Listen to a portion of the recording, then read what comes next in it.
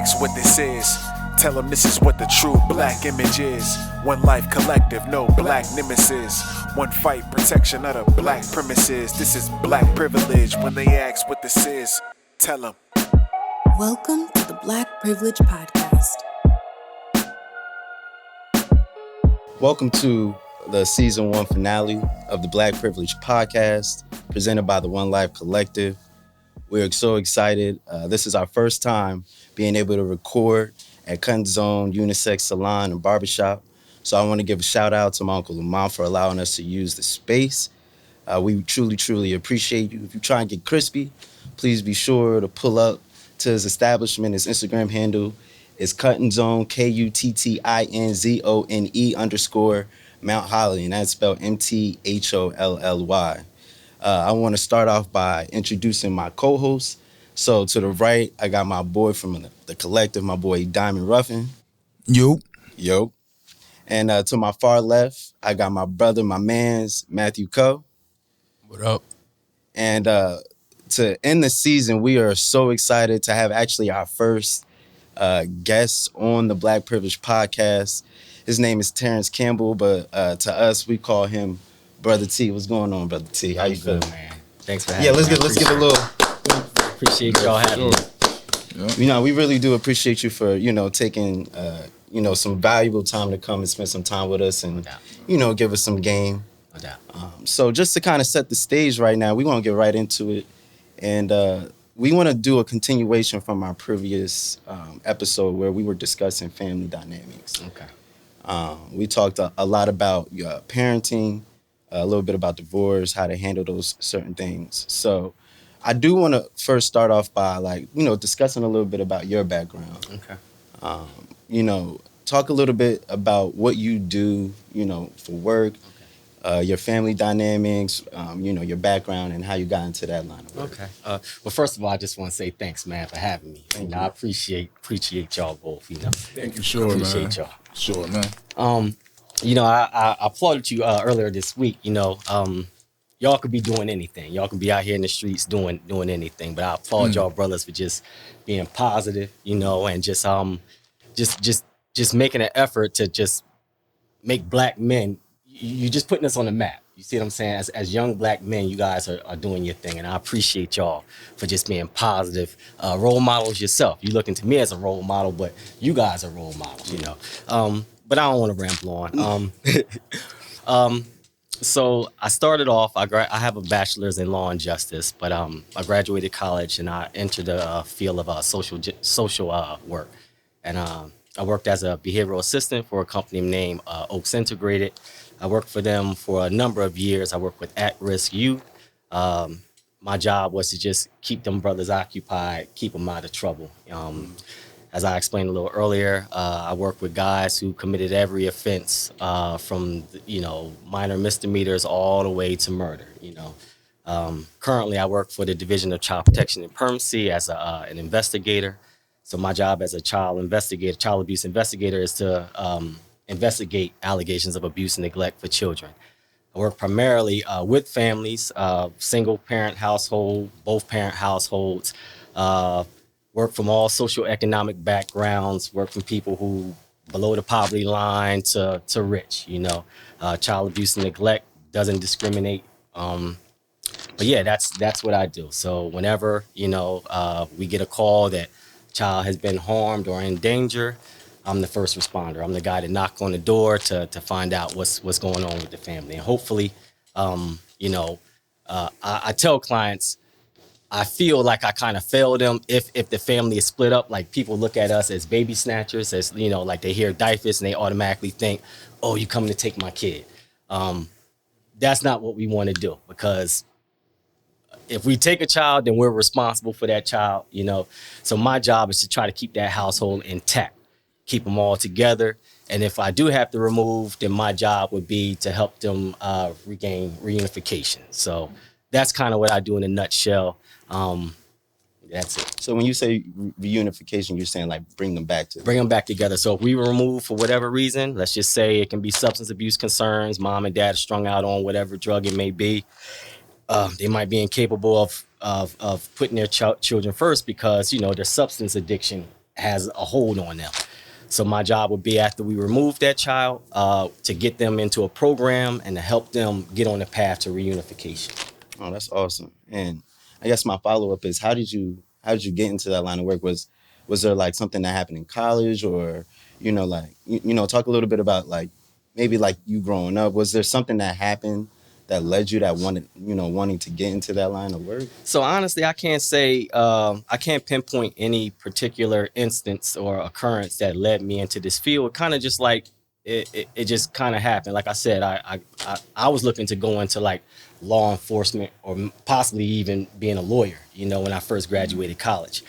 But one of my closest friends at the time, he had worked for this program called Family Services. Is actually Oaks Integrated Care. They were Family Services before they became Oaks Integrated Care. Mm-hmm. He was working with them as a behavioral assistant mentor, and he kind of, got at me. I was fresh out of college. I didn't have any money. I was desperate for money, basically. Trying to find a way. Yeah, that's it. So, he got me an interview. I crushed the interview. When he told me I was working with young brothers, I was like, okay, that's going to come natural for me because I was young at the time. I was only like 22, 23 years old. So working with teenagers was right up my alley. I was just past a teenager myself. So I worked there for a number of years, but everyone knows social work is a very low paying field. It's not a lucrative business. So if you look into it's mission based. Yeah. So if you're looking to come up, that social work is not the job for you. But then I was working there for a number of years. I felt like I had outgrown that position. I was looking for something a little more, it paid a little more, because I felt like I paid my dues. I worked there for 12 years.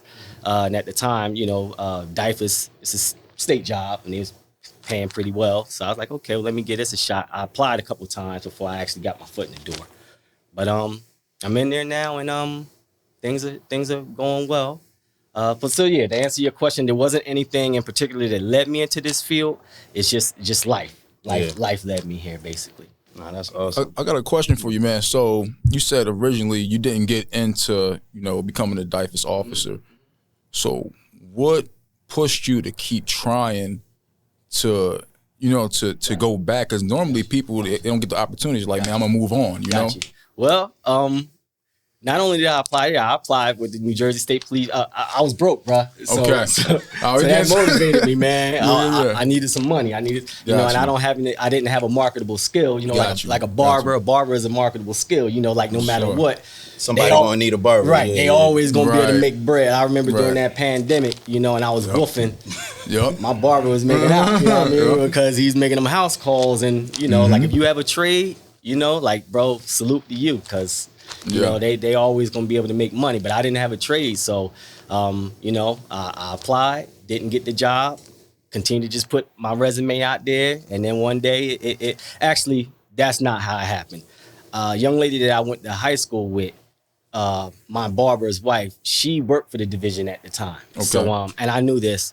So one day she had told me, she's like, well, listen, grab give me your resume. And I gave her my resume, and next thing I know, I received a letter in the mail inviting me to what they call their job fair.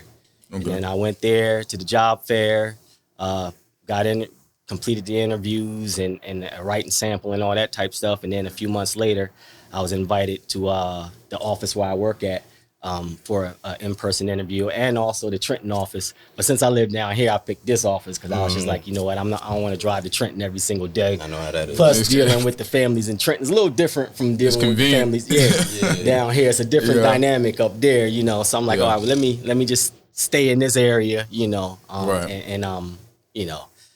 I was trying to just make work less for me.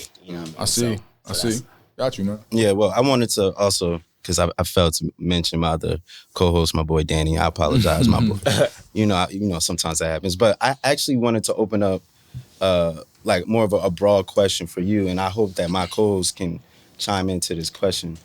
With your experience in child services, essentially, what is, I guess, like when it comes to the youth that you work with, are there, and I know everybody comes from different backgrounds and different experiences. When it comes to the root of the problem or like things that they're looking for, are there any commonalities in terms of like, you know, they got into trouble based on this? Or like, is there a lack of family attention? Are there any sort of similarities with the way they are approaching life or the way they think about life that leads to I them? got you. So right now, so I work primarily with the entire household, but my previous experience when I was working with at-risk youth, commonalities would be single parent households, families that's struggling financially, you know, lack of resources, you know, like I can remember several you come off the top of my head, Yeah. that were, you know, from broken households or being raised by an elderly grandparent or something like that. And their neighborhoods, they didn't have anything to like kind of occupy them. So they were, you know, they were forced to kind of make it themselves, entertain themselves. And then whenever, you know, like you heard that old saying, you know, idle mind is the devil's playground type thing. So when you don't give youth something to do, they're going to find something to Figure do it themselves. out or make it up. Yeah. You see what I'm saying? So I would say the commonalities would just be not having anything to do, lack of resources in their communities, lack of parenting, poverty, all of that stuff kind of led them to, you know, develop that by any means necessary mentality. You know, if someone is struggling, you know, financially, and this youth, he's coming home and he don't have anything in the kitchen, nothing in to eat, you know, it's just a light bulb and ice cubes in the refrigerator. They're on fire, you know what I mean? They're in pain, you know. So for me, you know, going out trying to show them a better way, it's funny because you know, a lot of times we'll tell people education is the key to success and stuff like that, which it is, you know. But I learned through my experience, you know, dealing with young brothers and me telling a 15-year-old kid that's from a single parent household or don't have his parents, from, you know, have an elderly grandma or auntie raising them or something like that, and they're struggling financially, and me telling him, listen, stay in school, you know, which I always would say that, stay in school and stuff, but to just expect them to just get it at first it would be kind of naive of me. It's just like, if you're in pain, you know, you know, I just remember this show, Don't Be a Menace While Drinking Your Juice in the Hood. Yeah. And there was a scene on there where they were in the ER, and they were showing everyone in the ER, and they actually show one person on fire in the ER, you know, and I no one remember was that helping. scene. Yeah. So I think about that, like, I'm like, okay, me telling this young brother, you know, stay in school, and, you know, education is the key, but he's starving now. You know what I mean? He's in pain right now. You know what I mean? So he's looking for to be extinguished right now. He's looking for help right now. Yeah. You know what I mean? So I would just motivate them, you know, take them out of their environments, show them another neighborhood, show them different environments, stuff like that. Exposure. You know, just to exposure. Yep. Just to let him see, you know, what an education can do for them, you know, or just to get them acclimated to something else, you know, or introducing them to different people from different walks of life or whatever, because, you know, they didn't, a lot of times these young brothers didn't have, I would say, positive role models in their lives, you know. I remember this one young brother, again, I feel like I'm rambling. Nah, you're fine. Nah, man, talk, man. And I got a follow-up too. Okay. I'm definitely going to let Matt piggyback on, because I know you got something good that I know he can address too. Yeah. But yeah, I can remember this one young brother, and it breaks my heart, man. Every time I think of him, well, I'm not going to say his name because he's actually serving a life sentence right now. But I remember he was from Newark. His mother brought him down here to Mount Holly to live with his mom, with his auntie, her sister. And she's like, she wanted to keep him out of trouble because he was getting into things up there in Newark. So she brought him all the way down here, and I was working with him. And he was a cool dude, man, real cool dude, respectful. But I can see he was very, very impressionable. And then right after I stopped working with him, I seen on the front page of the newspaper, it said gas station attendant slain, you know. And I was like, dang, that's messed up. So they was giving the background on this gas station attendant, and saying how he had moved here from some other country, and all the money he was making, he was sending back home to his family so that he can get them here. Right. And I remember saying out loud, like, dang, that's messed up, man. They should catch that person. And sure enough, A little while later, I can't tell you how much longer, but he was on the front page of that paper. And they said they caught him. And I was just like so heartbroken because I'm like, oh man, like, you know, like. Did you blame yourself? Yeah. Was there a guilty conscience that I kicked did in when feel that guilt. happened? I definitely, I won't say I blame myself, but I felt guilt because I was just like, dang, man, like what else could I have done, you know, to like help this brother, you know, avoid that, you know? And I'm like, yo, this dude at the time, I think he was like 17 at the time. And now he's like, you know, his life has been changed, you know? And I'm like, dang, bro, like, was there anything else I could have done to help this dude, you know? So, like, often I think about him. And it's a few other dudes that they come to mind that's no longer here. And I think the same thing, like, damn, what could I have done? You know what I mean? To help that young dude out, you know? So, like, this job is rewarding, too, because some dudes I work with, you know, they're doing real good right now. So I look at them, and I'm like, okay, cool. They got it, and they kept going, you know? And then some of them didn't, you know? And I ain't gonna front. Like, the ones that didn't, I do feel like, wow, I wish that wasn't the case, because they are good dudes, you know, even though they made mistakes and stuff like that. People look at them like, oh, they weren't monsters or whatever. Or bad people. You know, they were people. Yeah. You know what I mean? They were people and they made mistakes, you know. Right. So that's kind of how I look at it. Matt, I wanted to ask you though, because it's not the same as working at child services, but you know, you've worked for many years in the school system.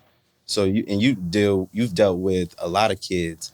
Based on like what Brother T's been talking about, can you talk a little bit about like certain things that you've seen in the school system? I mean, Yeah. at the end of the day, when he said single family parent household, you know, that's what it is. You know, like that's the first thing that you really like notice.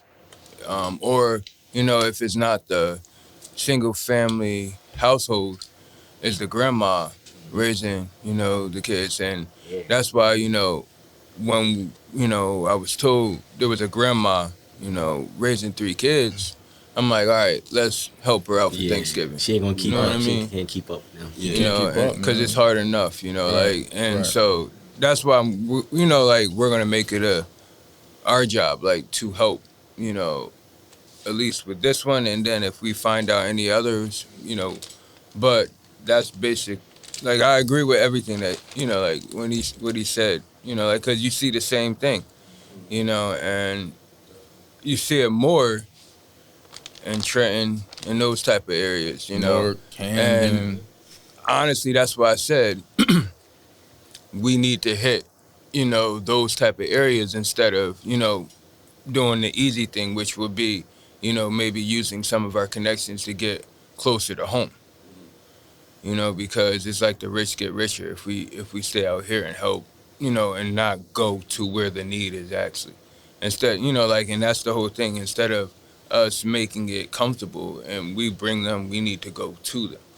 So. I agree, man. And to piggyback off of that, I remember being a young kid when my father was incarcerated. The only thing that I could think of was like, man, I wish I had an older brother or a male role model to help me figure things out. You know, thank God I had a great mother, you know, but that's why, you know, you know, with Matt, you know, wanting to give back to the community, something that I also want to do. You know, there's kids who are yearning for a male's love, you know, to help them, you know, reach a certain point in their life, you know, and direct them.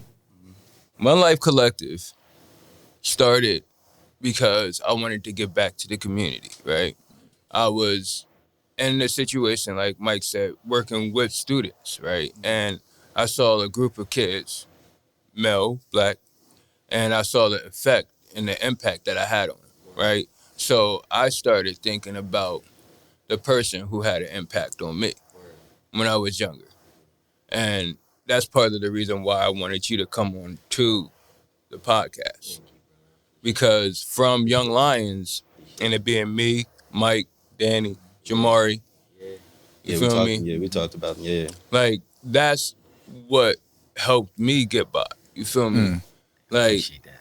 when, you know, you're a PK, people look at it like it's a good thing all the time. But it's not 100% what I know I wanted. Right. And you bringing, it was like a balance. Okay. You feel me? Like we were able to do things that maybe even our dad didn't do with us because why? He was busy doing other things. Gotcha. So it was like, yo, you were that big brother. Oh, thank you, bro. I appreciate it. Yeah, I would say Y'all was always a pleasure to be with, though. Yeah. You know what I mean? Y'all was cool kids, man. Hey, yeah, can y'all explain Young OG. Lions?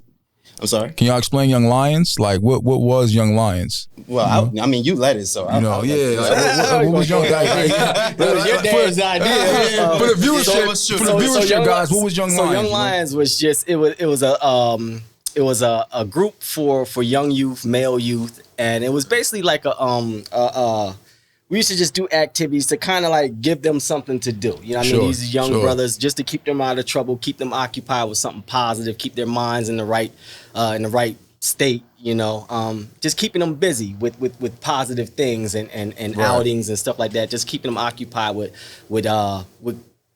good adventures or whatever. But yeah, so Young Lions was these were young lions. They were young lions, and you know, we look at lions as being these fearless, fierce animals or whatever, but they was, you know, young, fearless males that, you know, was up and coming, you know. So he was just trying to just give them something to do, you know, a positive outlet, rather than them finding something to do on their own, and next thing you know, they end up in something. I will say this. I told Brother T this. One of the quotes I'll never forget. This corny shit. He said, I'm about to. He said upstairs. He said an upstairs persuasion is a downstairs invasion. Leads to a He leads and leads. Thank you. It leads to a downstairs. I'm gonna tell you where that came from. So my mom was an evangelist, you know, so she never beat me over the head with a Bible or anything like that. But she always just like, I can remember things like, you know, being at home with my girl, you know, and my mom she'll come in and she'll sense something done happen here. You know, I can't prove it, but something done happened here. So she would just say little things, you know what I mean? Like she'll never say like, I know y'all was in here doing. She wouldn't say nothing like that, but she would just talk to us, you know, after a while, and then, you know, she's saying that, you know, kissing is just an upstairs persuasion to downstairs invasion, you know what I mean? So I just always remember that, not just regurgitate. But I never forgot that. I'm like, because I'm just like, that's you crazy. know, That's we crazy. was in church at the time, so I can't, you know, at church you have to, you know, live holy, you know. So Can't be direct. Of course, living holy mean you ain't supposed to be out there smashing. Right. So I would say that little cute thing, but I knew, you know, I ain't gonna say it wasn't realistic, but absolutely not. yeah. But I'm just saying, that's one thing I remember. But Matt is absolutely right when he talks about, like, you know, we really do appreciate you. Shout out to also brother Angel Cosme. He also was a part of that. And that was a great experience that, like, I'm just glad we had, because I know that definitely helped, you know, help us influence and do the type of work that we want to do. And I was gonna ask you a question, but you kind of already addressed it. Oh, okay. My follow-up question to you is, how do you feel? Because, you know, when you talk about kids that are in pain, first thing I think about is, like, communication. Like, are you talking about that stuff? Like, do you have a safe environment to discuss the things that you're going through? And do you have someone who's willing to give you adequate advice? So you were able to do that. But, like, outside of someone who is, you know, forced to be paired with, you know, someone as great as you, we got a bunch of, you know, young men, even older men, 50, 60-year-old men that are going through stuff, but they don't have maybe necessarily the outlet, or they're not in a space where they're comfortable to talk to people. And I was just talking to Diamond about this. You know, if you're comfortable with me saying this, we both go to therapy. Okay. And that was something that it took us a long time to do.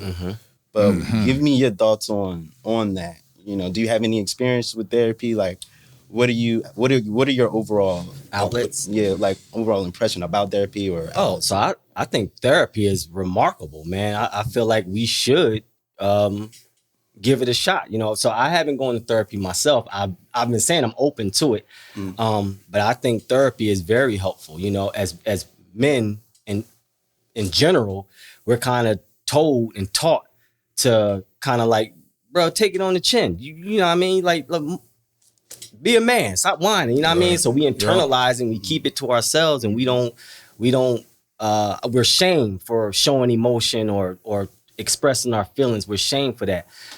Now things are starting to change, you know what I mean? Yeah, People are starting to right. understand, like, yo, that's not good, you know what I mean? Brothers are checking out of here because they internalize and they keeping things and they much. bottling their emotions and they're not talking about it, they're not exercising, they're not venting, and that's not good for you to just keep all of that pent up frustration, you know? You have to let it out some type of way. So either you gonna talk to a therapist and let it out that way, or, you know, God forbid, you gonna deal with it internally, and that might force you to do something crazy. Lead to You see what I'm saying? self-destruction, Right, man. right. Yeah. So I feel like therapy is a wonderful thing, you know. Yeah. I am open to it, you know. Like if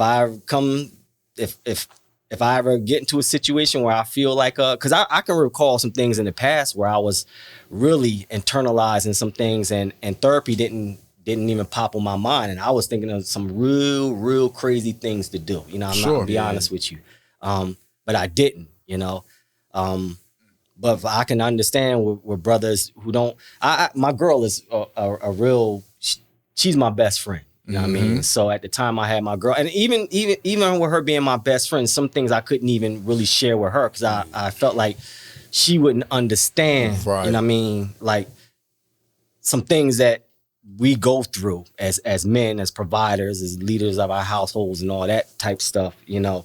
And just some other things she wouldn't really understand. It's a different perspective. Right, yeah, right. You know? Yeah. And at the time, you know, I was one of them people that believe, you know, suck it up. You know, like my dad was a Marine. And he ruled with an iron fist, and he was like a man's man, but he was like one of them tough ass old dudes, you know what I mean? That like didn't show much emotion, and that's just the way I was raised. Like I was raised in a household where I never remember ever hearing my dad say, "Son, I love you," ever. He showed me. I'm not saying my dad was a straight brute or anything like that, but he showed me his love. But I didn't come from an affectionate household, you know, where, you know, your dad's patting me on the back and saying, you know, "I love you, son." He showed me he loved me, but he didn't say it. So I kind of like, that was my role model growing up, seeing this man that ruled his household with an iron fist. He loved us and everything, but he was a Marine and he whooped ass. You know what I mean? So, and that's kind of the way I was raised. So I didn't, you know, whenever something was bothering me, I didn't have the outlet. complain. Yeah, I just kept it. And it felt like it'll figure itself out type of thing, you know. Talk to God. That's what I used to do, basically. So now I got a question, man. You know, did that affect your communication skills? Definitely. Into adulthood? Definitely. Dealing with, you know, handling conflict with your girl. Definitely. It did. You know, can you It did. I mean, you don't gotta go too deep if you're not uncomfortable, yeah. So I mean, that's cool. So again, I didn't come from a household that my father expressed himself or anything like that. So even with me, like I would, let's just say something was bothering me. Let's say something like my girl did that bothered me, you know, instead of me just coming out and saying, "Hey, listen, this is what you did, or this is what you're doing, and it's bothering me." You know what I mean? I kind of just like, you know what?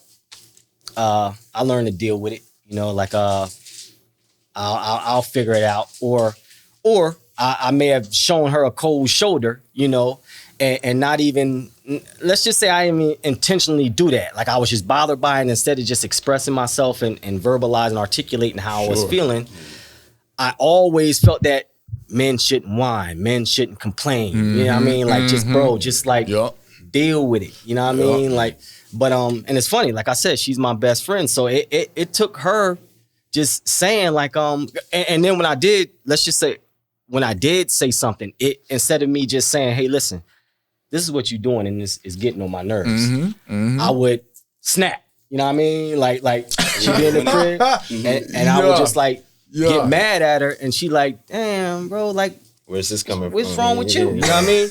And I'm like, like, yo, I have to tell you this all the time. Like, why have to keep saying the same shit? Like, you say something to me and I get it. You know what I mean? Right. But you know, I say something to you and you might, you know, kind of change for a little bit, but then you go back and you do the same thing again, and it's bothering me. And I don't, but I remember her saying one time, she's like, listen, you don't, you don't have to. And I didn't even realize that I was talking to her in a certain tone or whatever. Because, I just thought I was just saying something because I wasn't using profanity or whatever at her. But it was still my tone. And she was just like, hey, listen, you can just talk to me. You know what I mean? Like, I don't feel like this is merited. Like all this, what you coming at me with it's not merited. And when she said that, I got it. You know what I mean? Like, yeah. But I was thinking to myself, like, well, why don't you just understand where I'm coming from? You know what I mean? Like, I think I told you this before, but she's like, yeah, before you was snapping too before. Yeah. You know what I mean? So, but yeah, so that made me kind of be mindful of how I, express myself.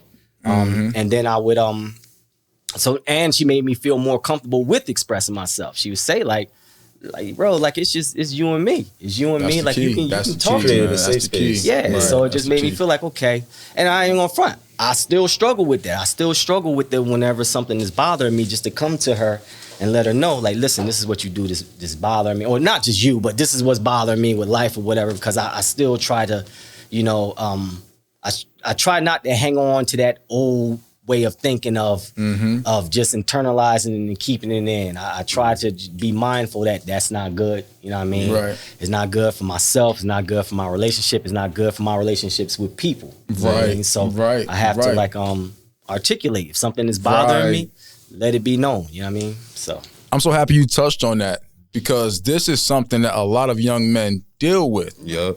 So instead of me saying, hey, that hurt my feelings or that bothered me, I'm gonna start fighting in school. Right. Because if I express that vulnerability, vulnerable, people are gonna start. That's part of the environment that we come from, which it really should be the opposite. We should encourage each other to talk. To me, that's more masculine than holding in. You actually having the courage to say how you feel in a respectful way. So that's true. It's very, very key in terms of like just being vulnerable and being okay being vulnerable. And I also think it's also just being mindful of the space you're in and like working on relationships to create that safe space as well. And also, I also think it's important if you're going to require that from the person, whether it's a relationship, that you also give that back. So, that's just my thoughts on that. I know we were talking a little bit before the episode started, and you were talking about, you've been going to therapy just like I have been. Why did you decide to? In terms of, was it, based on exactly what we were just talking about. Okay, yeah. My anger. Because I'm the type of person, I want to please other people. Yeah. Or I let things, if it don't, my whole thing was, as long as you don't touch me physically, we good. You can say whatever you want to say to me. So that started to affect my relationship with my communication skills. So ultimately, I went to therapy to try to figure out, why do I have this anger, and is there a better way for me to deal with it? Communicating with my girl in a non-aggressive way if something bothers me, and not being afraid to be vulnerable and be open and honest. So communication, that's the reason why.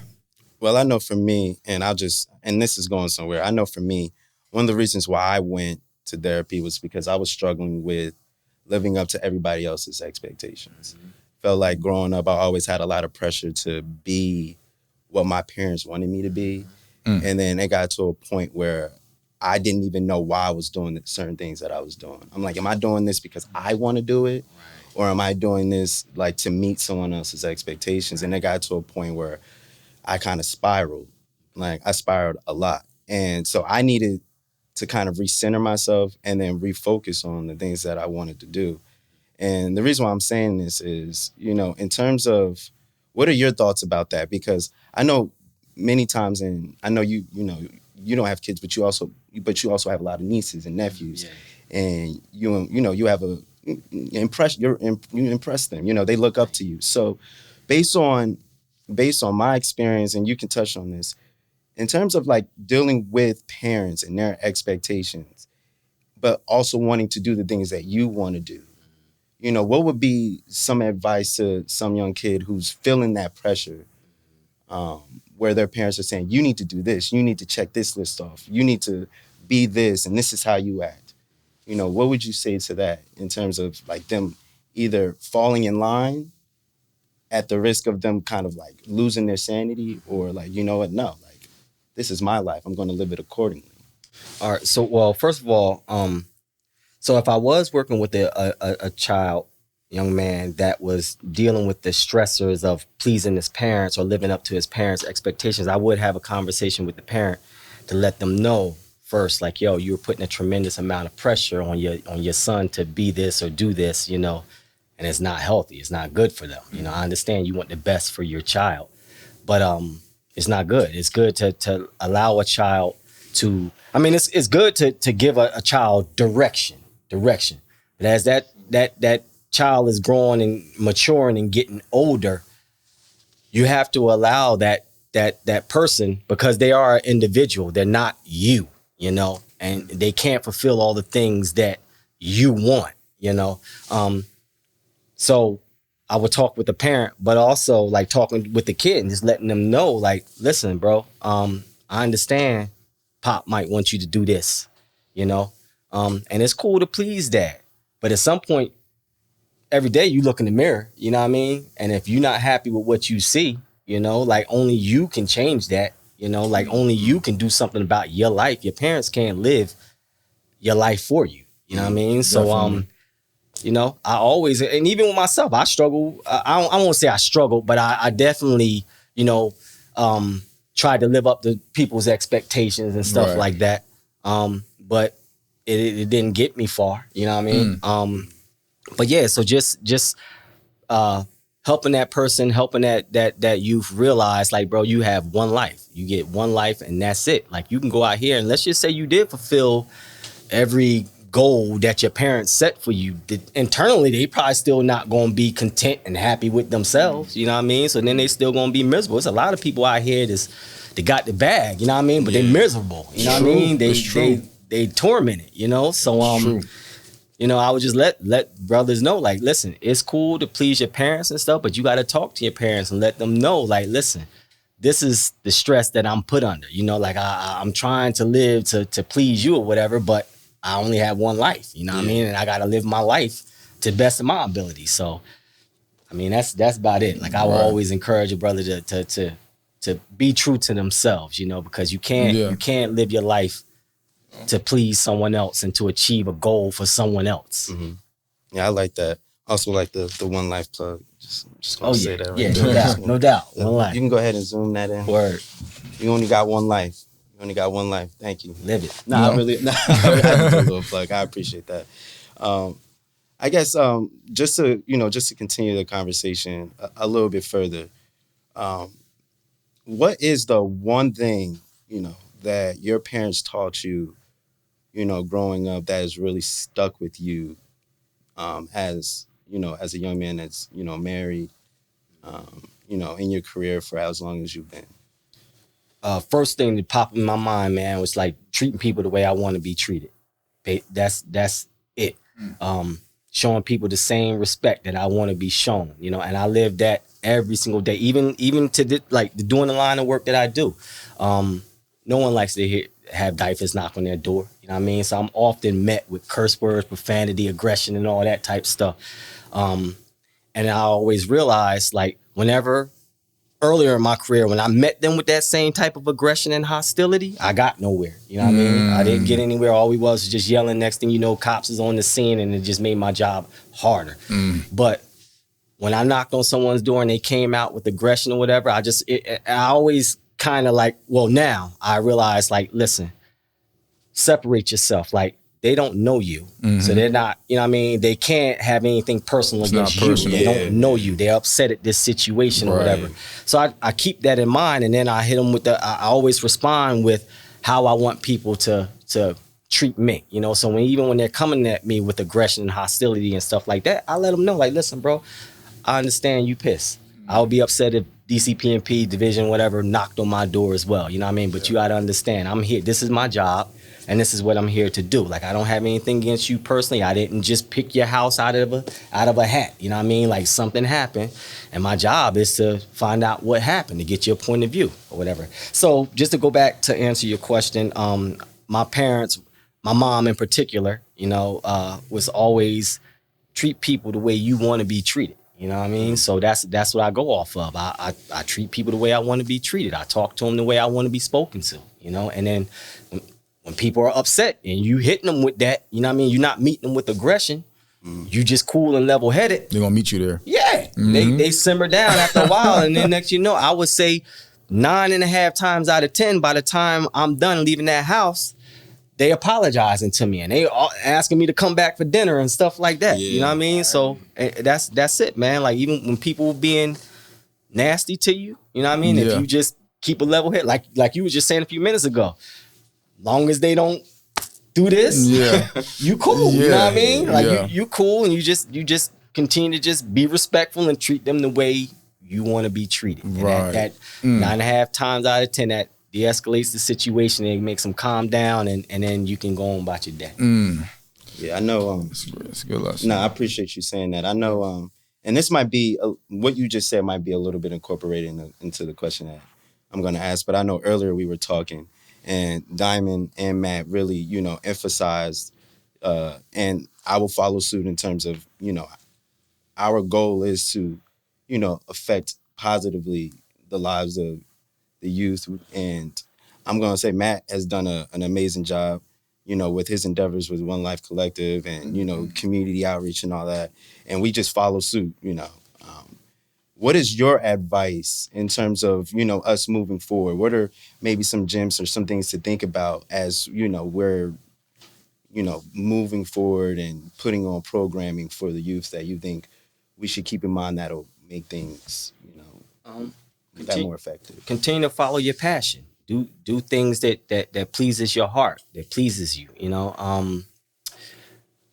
Again, when I started working in social work, that wasn't a lucrative field. I wasn't getting paid like that, but internally I was getting rewarded. You know what I mean? Working with young brothers, and I seen like, when I first started working with this young dude, he was getting into this and that and everything and all that type stuff. Now this dude is headed towards trade school. Now he's getting his life together. He get it. So what I would say for y'all is just continue to just follow your passion. You know what I mean? Don't chase the dollar. I mean, it'd be dope if, you guys get picked up by a bigger network and, exposed to a wider audience and get paid from what you do. You know what I mean? Because listen, like, it's cool to get paid, but it's dope to get paid doing something you love to do. Absolutely. You know what I mean? So that saying I heard Mark Jackson say it years ago, basketball player, he said his dad told him, everyone probably heard it, find a job you love and you'll never work a day in your life. You know what I mean? So that's the key. Do something because it pleases your heart, make your heart smile. So just continue to chase what makes you smile, chase what makes you happy. Dollars will come. Yeah, behind it. There you go. So that's my advice, man. Just do what makes your heart smile. Right. I'm gonna leave it to my co-host. You guys got any? Well, I mean, I got a question for Matt, man. What are some things that you experienced working with kids? Like, have you ever had to deal with a difficult parent or somebody like, hey, man, I don't want my child participating in this or that? Nah, not really, like nothing negative, from a parent. Like, because I was working with one student, started off working with one student at a time. And then it got to the point where they're like, yo, we can just throw him in a classroom and he'll be all right. Sure. But, all the kids was like, yo, like, that's a cool dude. Like, number one, because it was like, yo, you got the dope shoes. Relatable, bro. And it's just like you relate to them, you reward them like something small, like, yo, if everybody, a group, like if you're working with a group of 6 guys, and if y'all all finish the classwork assignment, the last 5 minutes, I'll let y'all watch highlights of the games. First block, you know what I mean? Like, absolutely. So what are they doing? They getting that.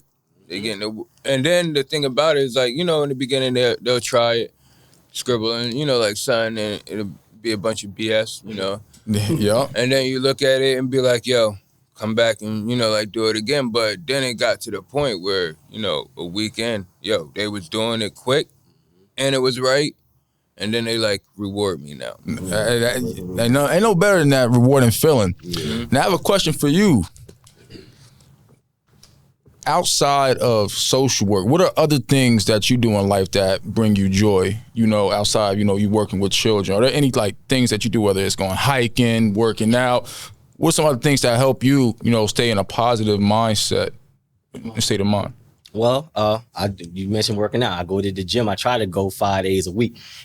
So yeah, I'm in the gym. And just talking with people, man. Like surrounding myself by positive people, you know, positive male role models. I also so I don't go to therapy or anything like that, but I do a lot of meditation, stuff like that, self-help books and stuff like just to make me be a better person. Right. So yeah, that's it. Going to the gym, you know, socializing with positive people. Meditating, just trying to find ways to improve myself, just be a better human being, just a good human being. For sure. Anything else, Mike? No, I mean, this has been a wonderful conversation. No, I agree. As Brother T, I really do appreciate you for pulling up, and I know how much family means. So, thank you for just making some time and joining us and dropping some gems. Oh, thanks, man. Thanks for having me. Yeah, and with that being said, Diamond, man, you know, we hooked you up with our One Life T-shirt. Oh yeah, we got some smerch. Yeah, we got some Brother smerch. T, you know. Word. You know, if you want to open that up, take a look at that. We just had a release. Man, go to onelifecollective.com, man, and grab your merch, man. Yes, sir. So the back of the T-shirt is out of one Life many. Collective. Okay. Yeah. Word. Okay. You know? Definitely. Out of one many. Okay. Up front. Hey. Here we go. Word. I like this. Good luck, man. Nah, Let's go, man. Of course. Brother T, man. Pleasure having you, bro. No doubt. All right, so this is going to be the end of the Black Privilege Podcast Season 1. We thank you guys for tuning in. All love. Peace. All right. Yo, man, I'm proud of y'all, man. For real. That was sweet. Yeah, I'm proud of y'all. Hey.